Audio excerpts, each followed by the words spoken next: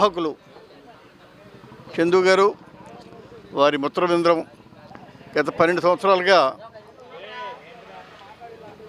వారి స్నేహితుల స్మృత్యర్థం నిర్వహిస్తున్నటువంటి ఈ యొక్క టోర్నమెంటు గత 12 సంవత్సరాలుగా చేయటం అనేది చాలా సంతోషకరమైన విషయం.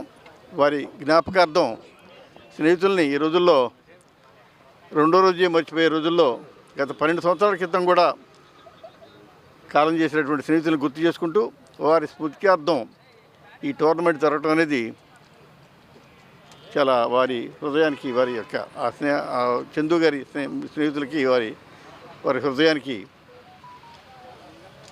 చాలా సంతోషం. ఇకపోతే క్రికెట్ గురించి ఆలోచిస్తే ఈ మధ్యకాలంలో మన పట్టణాల్లో కానీ గ్రామాల్లో కానీ క్రికెట్ ఎక్కడ పెద్దగా కనపట్టాల. పిల్లకాయలంతా యూత్ అంతా కూడా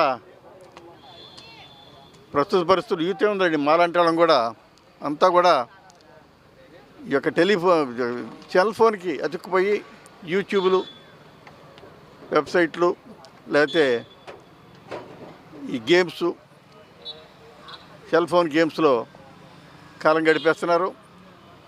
ఓపెన్గా టోర్నమెంటు, ఓపెన్ గేమ్స్ చాలా తక్కువైపోయినాయి. ముఖ్యంగా క్రికెట్ అసలు తక్కువైపోయింది.